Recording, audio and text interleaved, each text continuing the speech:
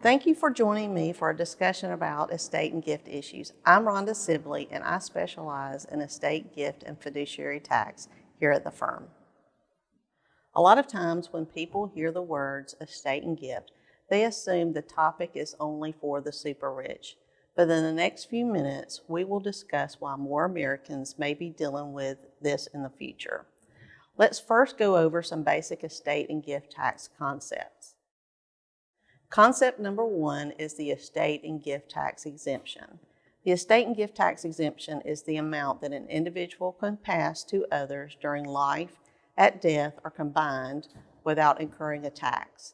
This exemption amount has gone from $1 million in 2003 to $11.58 million in the year 2020, with the largest increase happening in 2018 with the passage of the Tax Cuts and Jobs Act.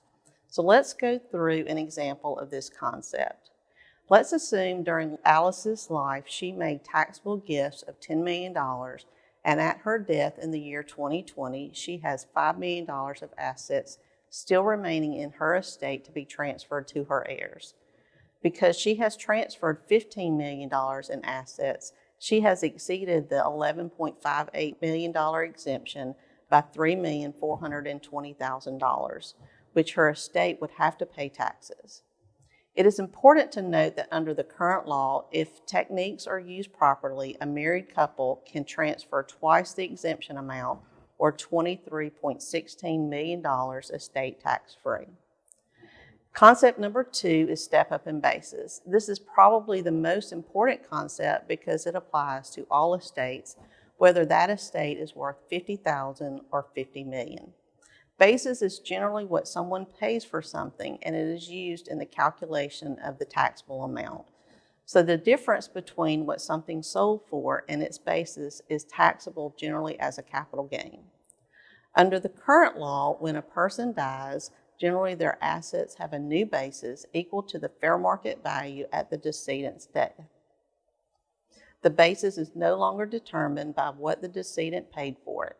This new stepped-up basis may be used to determine any taxable amount when the asset is sold in the future.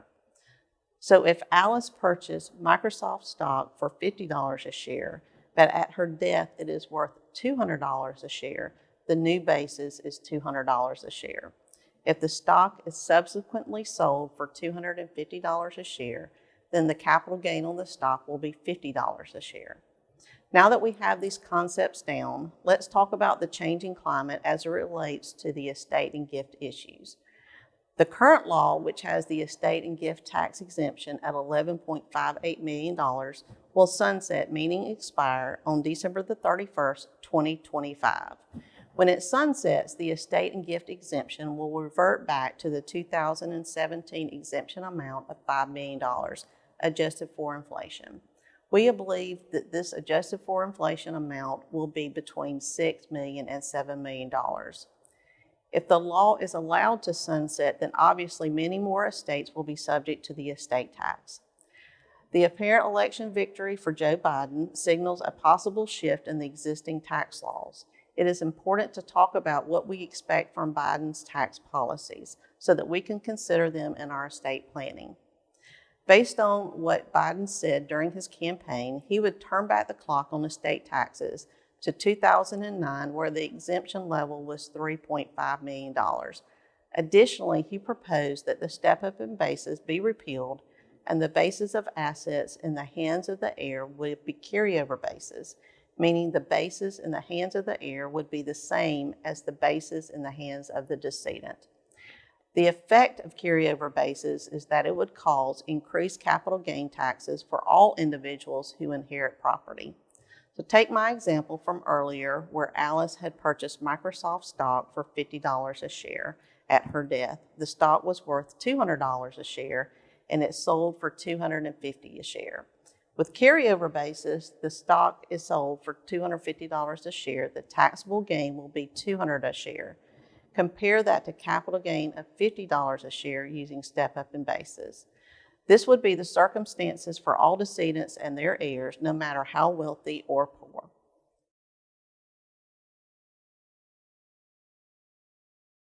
As you finish this 2020 tax year, here are some things for you to consider. Review the value of yours and your spouse's estates. When you start listing your assets, don't forget to include all retirement plans, life insurance, death benefits, and your home. You may be surprised how much you are really worth. If you are worth more than $11.58 million, consider significant gifting before December 31st, 2020. This may help eliminate estate taxes because of the sunset of the current tax law on December the 31st, 2025, or if the Biden administration is successful in changing the estate tax law. If you are worth more than $3.5 million, consider possible gifting before the end of the year to plan for possible changes by the Biden administration, but at a minimum, continue to monitor changes in the estate tax law. Review your estate planning documents, meaning your wills, power of attorneys, and healthcare directives.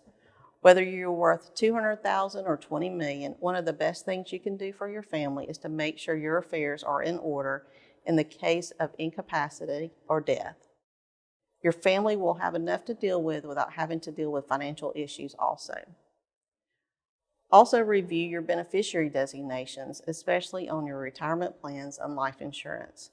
Again, it doesn't matter how much you are worth, your family is depending on you to have your designations correct so that the proper individuals will have access to those funds. As you can see, we're expecting changes in the estate tax area that will make this tax applicable to more Americans. I hope you have found this information useful and it encourages you to start reviewing your own estate plan.